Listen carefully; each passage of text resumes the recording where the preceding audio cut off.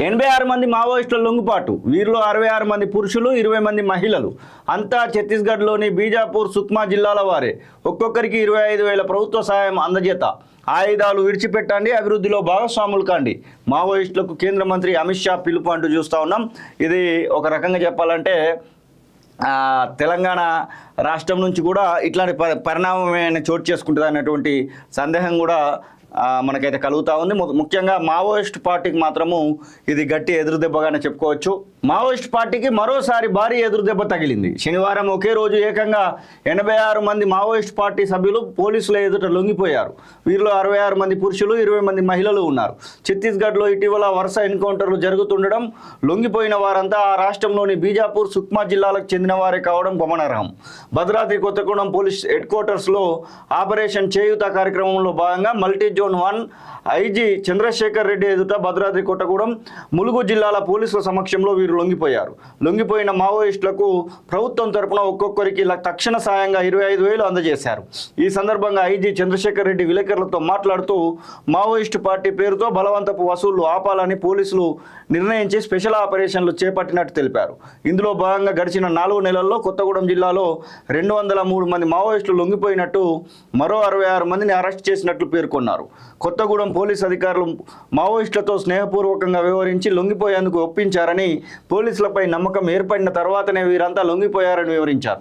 తెలంగాణ ప్రభుత్వం చేపట్టిన ఆపరేషన్ చేయూతకై ఆకర్షితులైనటువంటి మావోయిస్టులు జనజీవన స్రవంతిలోకి వచ్చేందుకు సిద్ధమవుతున్నారని అన్నారు. ఈ సమావేశంలో ఎస్పీ రోహిత్ రాజు, ములుగు జిల్లా ఎస్పీ శబరీష్ కూడా పాల్గొన్నారంటూ చూస్తూ ఉన్నాం. మొత్తానికి ఛత్తీస్గఢ్ పోలీసుల తీరుతోనే ఇది జరిగిందంట.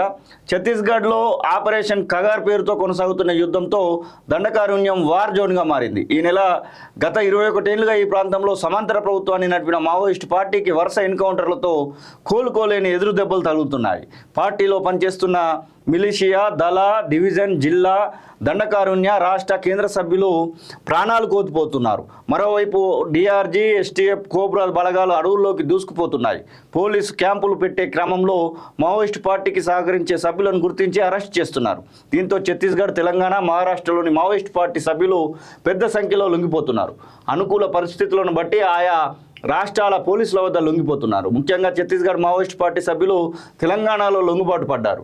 మొత్తానికి తెలంగాణలోకి వచ్చి మరి వీళ్ళు లొంగిపోతున్నారంటే మావోయిస్టు పార్టీకి మరి ఏమైనా ఇబ్బంది పూరితమైనటువంటి వ్యవహారం ఉండబోతుందా అనేది ఒక ప్రశ్నగానే కనబడుతోంది. దాదాపు 86 మందిని మనం చూడొచ్చు. వీరు తెలంగాణ రాష్ట్రానికి సంబంధించినటువంటి పోలీసుల ఎదుట 86 మంది ఒకేసారి లొంగిపోవడం అనేది మాత్రము ఇది మావోయిస్ట్ పార్టీకి ఎదురు దెబ్బ. దాంతోపాటుగా పోలీసులు ఒక వ్యూహాత్మకంగా వ్యవహరిస్తున్నారని కూడా అనుకోవచ్చు. ఇంకా ఇది పెరుగుతుందా అనేటువంటి ప్రశ్నకు సమాధానాలు అయితే కనబడట్లేదు. మరొక వైపు అమిత్ షా చెప్తా ఉన్నాడు, ఆపరేషన్ ఖగార్ పేరు మీద ఖచ్చితంగా 2026 మార్చి కల్లా మావోయిస్టు నక్సల్స్ అనేటువంటి పదమే లేకుండా చేస్తామని చెప్తా ఉన్నాడు. మరి అది నిజమవుతుందా కదా అనేది పక్కన పెడితే మాత్రం ఈ లొంగుబాట్లు మాత్రము ఖచ్చితంగా మావోయిస్ట్ పార్టీకి అయితే ఎదురు దెబ్బగానే చెప్పుకోవచ్చు.